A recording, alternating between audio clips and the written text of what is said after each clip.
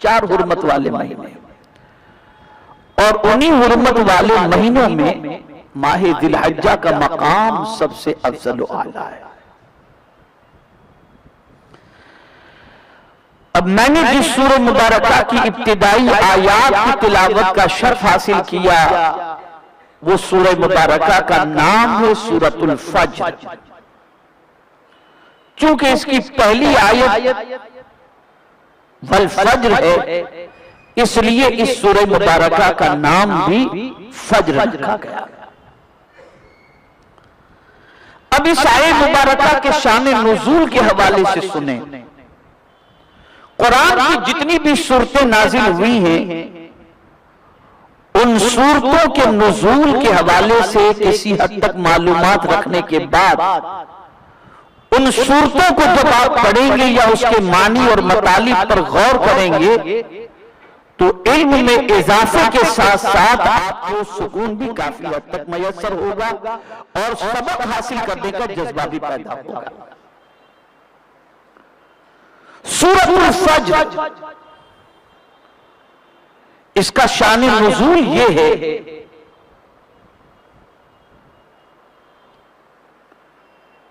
कि जब रसूल गिरामी वक़ार सल्लल्लाहु तआला अलैहि वसल्लम की दावत पर मक्का मुकर्रमा में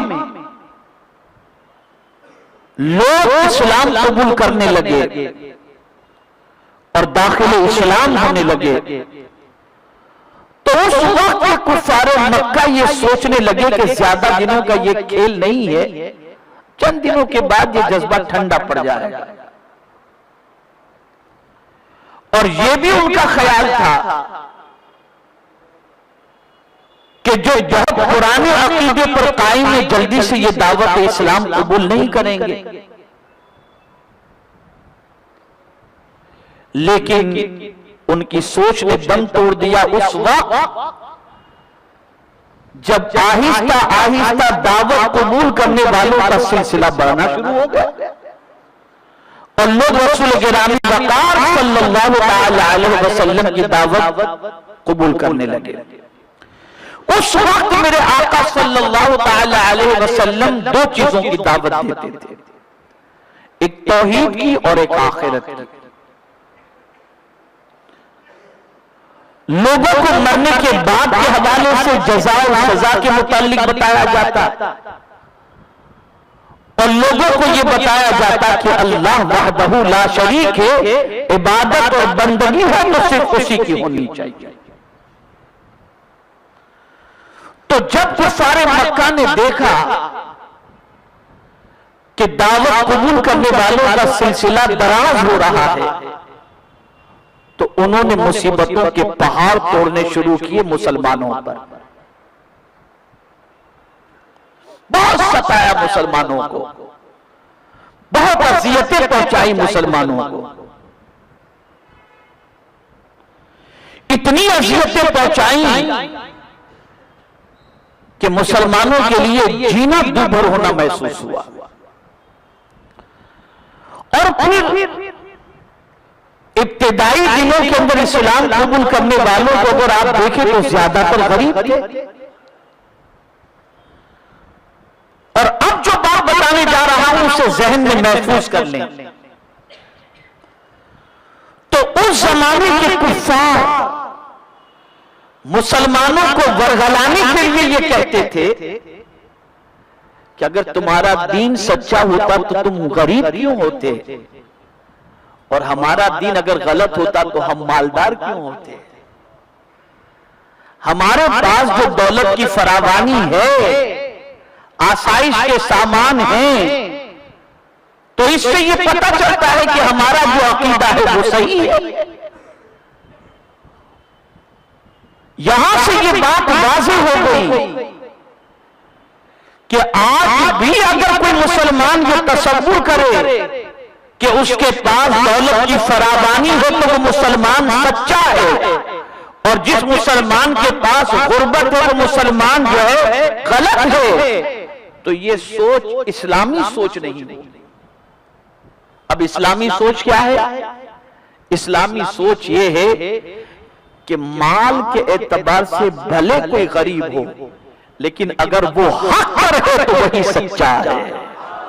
ये सोच।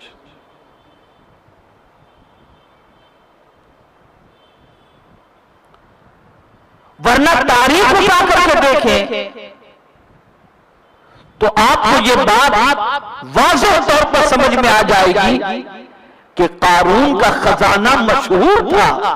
क्या इतना खजाना उसके पास था तो वो हक पर था? नहीं, बिल्कुल नहीं। इसीलिए फरमाया गया जो नमाज कज़ा करता है ना, उसका हश्र कारून के साथ होगा। जो अल्लाह का मातूब बंदा था, जिस पर अल्लाह का इताब नाज़िल हुआ, और लोग पनाह मांगते थे अल्लाह उसके साथ हश्र व नश्र न हो।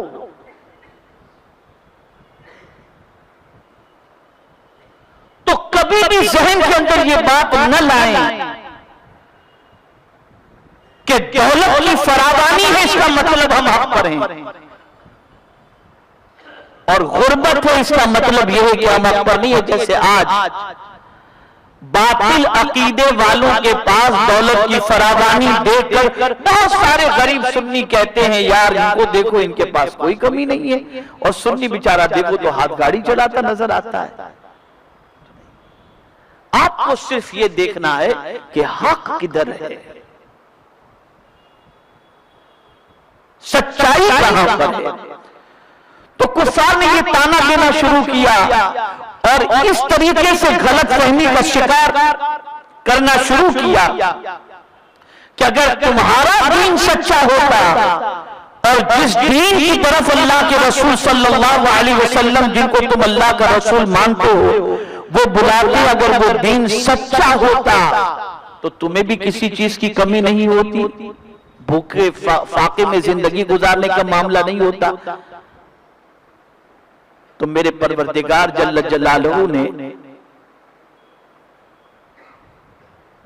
उन मुसलमानों की जिनको इन तानों से हौसला शिकनी होती थी, दिल आजारी होती थी, उन मुसलमानों को तसल्ली देने के लिए अल्लाह ने ये सूरह मुबारक नाज़िल फरमाई, ये सूरह वाक़िआ। इसीलिए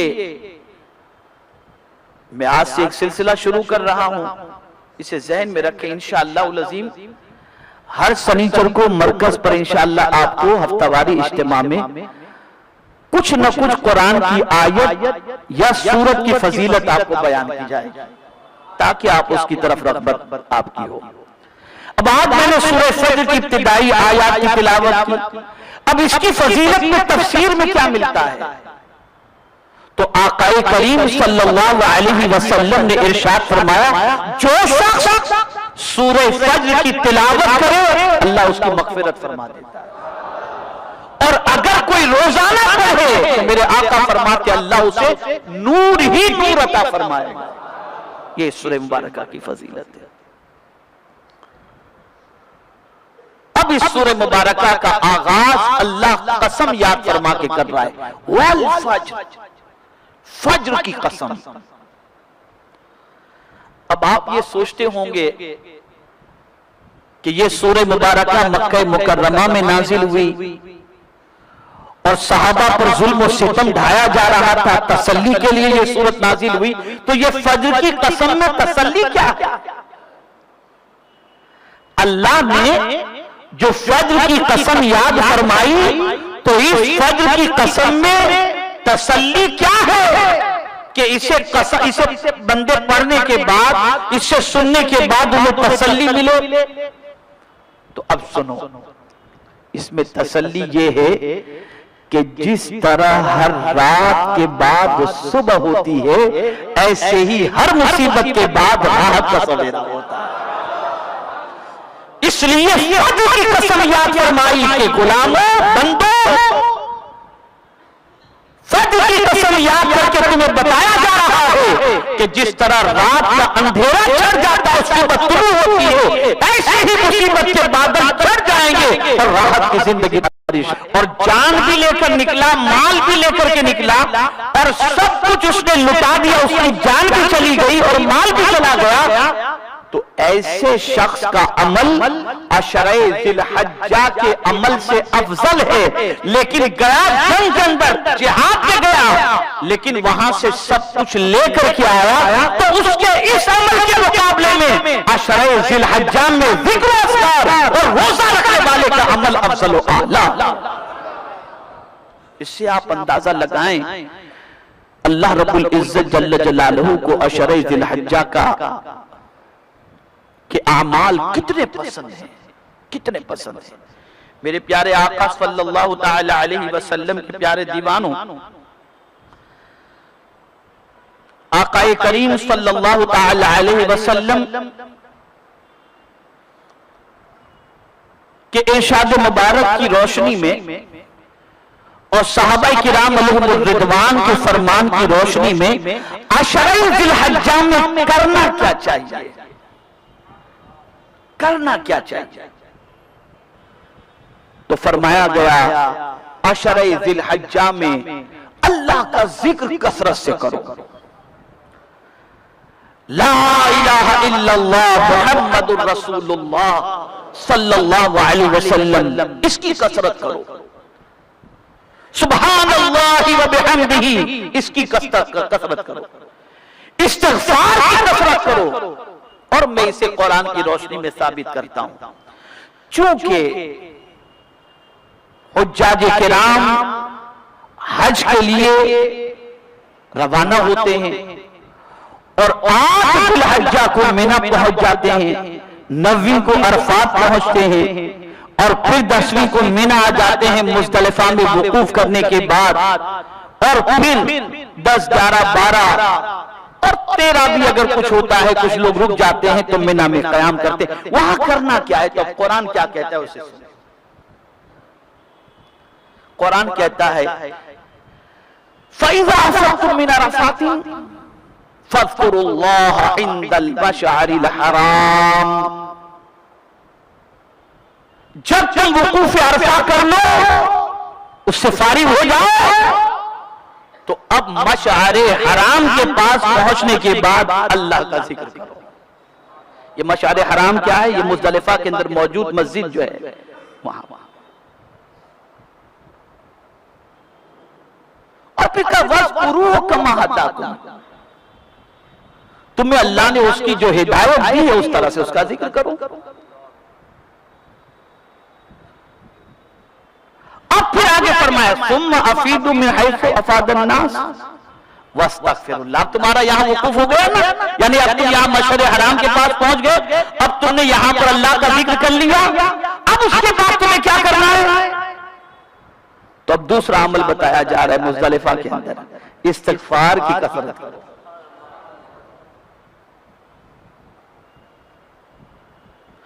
यहां ये बात समझ में आई कि ये सारे अज़कार, जिक्र अज़कार, अल्लाह की तहमीद, अल्लाह की तक़दीस, अल्लाह का जिक्र, वो बंदे जो वहां पर करते हैं, तुम वहां तो नहीं पहुंच सके, वहां पहुंचने वाले तो करते ही हैं, अगर तुम यहां रह करके करोगे तो उनके साथ तुम्हारा शुमार भी हो जाएगा कि उनके जिक्र के सदके में अल्लाह तुम्हारे जिक्र को भी कबूल फरमा लेगा। मेरे प्यारे आका सल्लल्लाहु ताला अलैहि वसल्लम के प्यारे दीवानों, इस सिलसिले में एक दूसरी हदीस भी आप समाअत फरमाएं, और ये हदीस भी हजरत अब्दुल्लाह इब्न अब्बास रज़ियल्लाहु ताला अन्हुमा से रिवायत है। फरमाते रसूलुल्लाह सल्लल्लाहु अलैहि वसल्लम ने इरशाद फरमाया, कोई दिन अल्लाह के नजदीक इन 10 दिनों से अफजल नहीं, और इन दिनों का अमल अल्लाह पाक को सबसे ज्यादा पसंद है। बस तुम इन अय्याम में ला इलाहा इल्लल्लाह, अल्लाहु अकबर की कसरत किया करो, क्योंकि ये दिन तहलील, तकबीर और अल्लाह के जिक्र के हैं।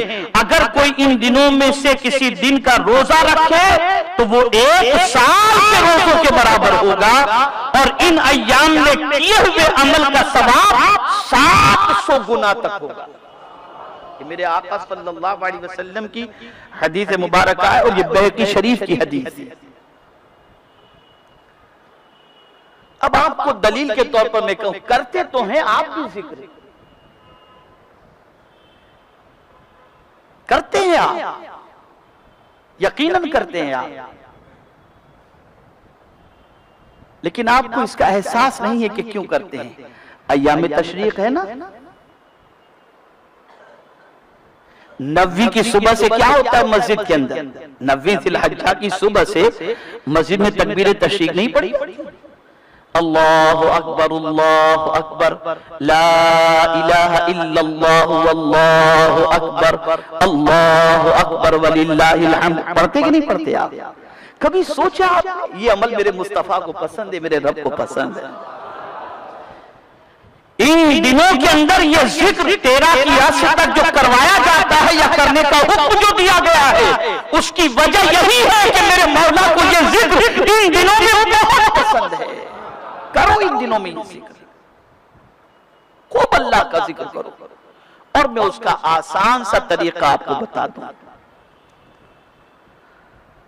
मेरी अपनी एक पॉलिसी है, मेरा अपना एक तरीका है कि मैं अक्सर मुबल्लिगीन वगैरह से भी और तलबा वगैरह से भी कभी कभी कहा करता हूं, कोई टारगेट हदफ मुतय्यन करो।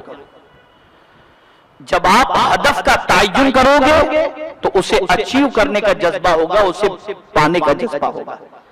एक बच्चे ने अपना हदफ मुतय्यन किया कि मुझे डॉक्टर बनना है, तो फिर उसकी रात की नींदें उड़ जाती हैं, वो किताब पर ही सोना, किताब को ही बिछोना, किताब ही पर पढ़ना, बस उसकी जिंदगी। आंख खुली तो फौरन किताब, डॉक्टर बनना है ना, उसने हदफ मुतय्यन किया है, मेहनत कर रहा है। तो अब इन 10 दिनों के लिए भी आप हदफ का तयन करो। और हदफ क्या हो? जब इन 10 दिनों में अल्लाह को जिक्र पसंद है तो आप एक काम करें कि ये नियत कर लें कि मैं इन 10 दिनों में एक कुरान शरीफ खत्म कर लूंगा, रोजाना 3 पारे की तिलावत करूंगा।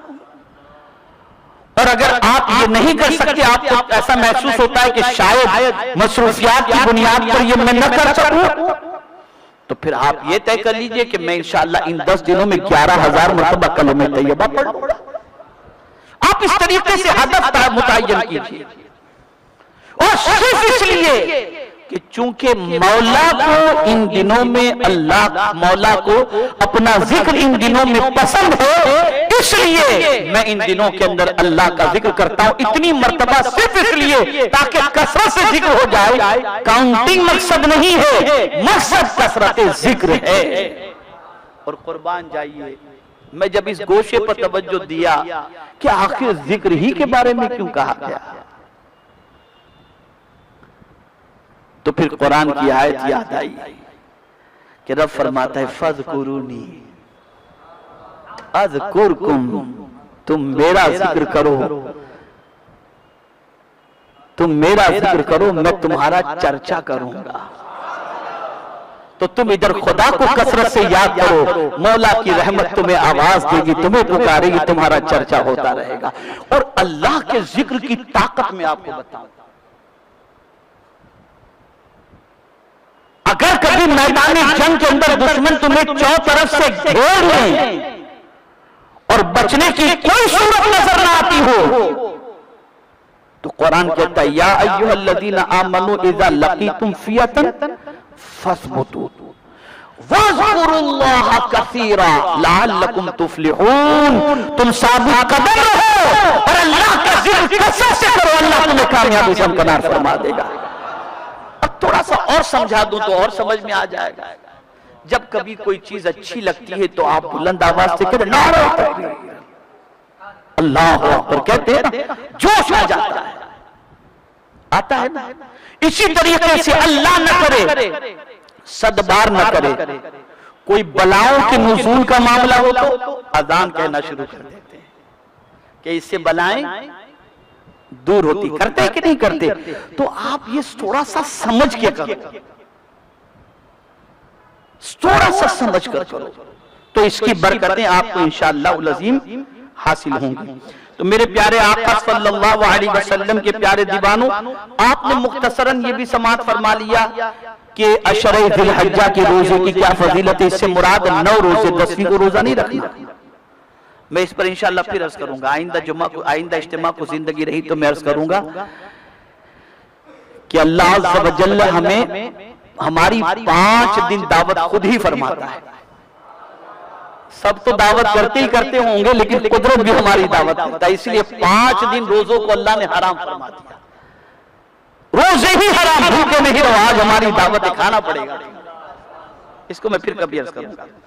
तो आपने क्या करना है, 9 दिन जो है वो रोजे रख सकते हैं। और यहां एक चीज मैं आपको बता दूं, आकाए करीम सल्लल्लाहु ताला अलैहि वसल्लम के मामूलात के हवाले से उम्मुल मुमिनीन हजरत हफ्सा रज़ियल्लाहु ताला अन्हा फरमाती हैं कि रसूल आज़म सल्लल्लाहु अलैहि वसल्लम ने चंद चीजों के हवाले से खास तौर पर 4 चीजों का जिक्र फरमाया कि सरकार सल्लल्लाहु अलैहि वसल्लम इसको कभी तर्क नहीं करते थे।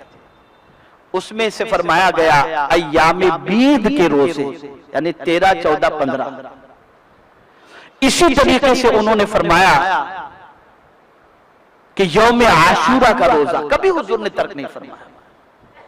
और इसी तरीके से फरमाया अशरे जिलहज्जा के रोजे, यानी जिलहज्जा के 9 रोजे, सरकार ने कभी तर्क नहीं फरमाया। और इसी तरीके से चौथी चीज फरमाती हैं कि फज्र की फर्ज से पहले की 2 सुन्नतें हुजूर ने कभी तर्क नहीं फरमाई। ये 4 चीजें ऐसी हैं कि हुजूर सल्लल्लाहु अलैहि वसल्लम ने कभी इसे तर्क नहीं फरमाई। मेरे प्यारे आका सल्लल्लाहु ताला अलैहि वसल्लम के प्यारे दीवानों, इसलिए चाहिए कि इन दिनों के अंदर खास तौर पर हम एहतमाम करने की कोशिश करें। ये फर्ज नहीं है, ये एक पसंदीदा अमल है, और ये अगर कोई करता है तो फायदे से खाली नहीं और बरकतों से महरूम नहीं रहेगा। बस एक आखिरी हदीस अर्ज करके इन दिनों के रोजे के सवाब से मुताल्लिक मैं अपनी गुफ्तगू को खत्म करने की कोशिश करता हूँ। हजरत अबू हुरैरा रज़ियल्लाहु ताला अन्हु की रिवायत में है कि आकाए करीम सल्लल्लाहु अलैहि वसल्लम ने इरशाद फरमाया, इबादत के लिए तमाम दिनों में अल्लाह ताला को अशरे जिलहज्जा के अय्याम ज्यादा महबूब हैं। उनमें हर दिन का रोजा 1 साल के रोजे के बराबर है, और हर रात की इबादत शब कद्र की इबादत के बराबर। मेरे प्यारे आका सल्लल्लाहु अलैहि वसल्लम के प्यारे दीवानों, अब ये भी हदीस समाअत फरमा लें। हज़रत अबू दरदा रज़ियल्लाहु ताला अन्हु फरमाते हैं कि तुम पर लाजिम है कि अशरे जिलहज्जा के रोजे रखो और इन दिनों में दुआ, इस्तिग़फ़ार और सदका ज्यादा किया करो। क्योंकि मैंने नबी अकरम सल्लल्लाहु अलैहि वसल्लम से सुना है कि आकाए करीम सल्लल्लाहु अलैहि वसल्लम ने फरमाया, अल-वैलु लिमन हुरिम खैर अय्यामिल आशर। आकाए करीम सल्लल्लाहु अलैहि वसल्लम फरमाते हैं, उस शख्स के लिए खराबी है जो इन 10 दिनों की खैर व बरकत से महरूम रहा। यानी जिसने इन 10 दिनों की कद्र न की, इन 10 दिनों का ख्याल नहीं किया, एहतराम नहीं किया, इबादत नहीं की, अल्लाह को राजी करने की कोशिश नहीं की, तो आकाए करीम सल्लल्लाहु अलैहि वसल्लम ने फरमाया उसके लिए खराबी है। मेरे प्यारे आका सल्लल्लाहु अलैहि वसल्लम के प्यारे दीवानों, इसी तरीके से आकाए करीम सल्लल्लाहु ताला अलैहि वसल्लम के बहुत सारे इरशादात मौजूद हैं जो रसूल गिरामी वक़ार सल्लल्लाहु ताला अलैहि वसल्लम ने इस उम्मत को अशरे जिलहज्जा की फजीलत से मुताल्लिक फरमाए हैं। मुख्तसरन आपको ये बात अपने जहन में महफूज करनी है कि इंशाअल्लाहुल अज़ीम आपने अशरे जिलहज्जा में अल्लाह तौफीक दे, हिम्मत दे तो रोजे रखने हैं। तकबीर तो आप पढ़ते ही हैं 90 जिलहज्जा से तकबीर तशरीक, लेकिन बाकी के दिनों के अंदर यानी जिलहज्जा की चांद रात से ही आपने खूब इबादत और रियाजत में लग जाना है, अल्लाह की तहमीद और तकदीस करनी है। और मेरे प्यारे आका सल्लल्लाहु ताला अलैहि वसल्लम के प्यारे दीवानों, सहाबाए किराम अलैहिमुर रिदवान अशरे जिलहज्जा का बड़ा एहतमाम फरमाते और फरमाते कि हमारा दीन जो मुकम्मल हुआ है वो जिलहज्जा ही में मुकम्मल हुआ। जिलहज्जा में अल-यौम अकमलतु लकुम दीनकुम व अतममतु अलैकुम निअमती वरदीतु लकुमुल इस्लाम दीना, और ये आयत मैदान अरफात में नाजिल हुई यौम अरफा को, और यौम अरफा कब है? जिलहज्जा ही में तो है, जिलहज्जा ही में। अब यहाँ चंद बातें जरूर अर्ज कर दूं। जिनको कुर्बानी करना है वो चांद रात से पहले अपने बालों को तरिशवा ले, नाखून को तरिशवा ले, कि ये एक मुस्तहब अमल है। बल्कि शेख अब्दुल हक मुहद्दिस दहलवी रहमतुल्लाह तआला अलैह फरमाते हैं कि लोगों ने आकाए करीम सल्लल्लाहु अलैहि वसल्लम की सुन्नत को जिंदा करना छोड़ दिया, बल्कि आज के दौर के अंदर इस सुन्नत को जिंदा करने की कोशिश करनी चाहिए, जिसमें खास तौर पर हजरत शेख अब्दुल हक मुहद्दिस दहलवी अलैहि रहमा ने इस तरफ इशारा फरमाया, जैसे नाखून के हवाले से, मूंछों के हवाले से, दाढ़ी के हवाले से।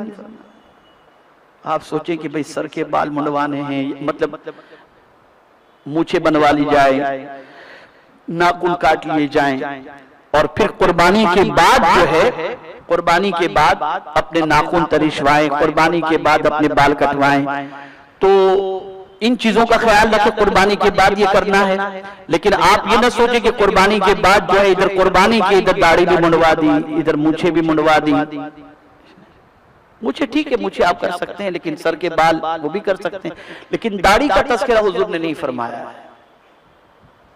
और कुछ लोग तो इधर कुर्बानी के सबसे पहले दाढ़ी ही मुंडवाने चले जाते हैं, तो ये नहीं, इसका ख्याल फरमाएं। मेरे प्यारे आका सल्लल्लाहु अलैहि वसल्लम के प्यारे दीवानों, जिन्हें कुर्बानी करनी है उनको चाहिए कि 10 जिलहज्जा को कुर्बानी के बाद बाल कटवाएं, और 10 जिलहज्जा को कुर्बानी के बाद 10 हो या 11 हो, जब भी आपकी कुर्बानी हो जाए आप उसके बाद बाल वगैरह और मूछें वगैरह और नाखून वगैरह तरिशवा सकते हैं। मेरे प्यारे आका सल्लल्लाहु अलैहि वसल्लम के प्यारे दीवानों, हमें चाहिए कि आका करीम सल्लल्लाहु अलैहि वसल्लम की तालीमात पर अमल करें। शब अरफा का एक वजीफा है,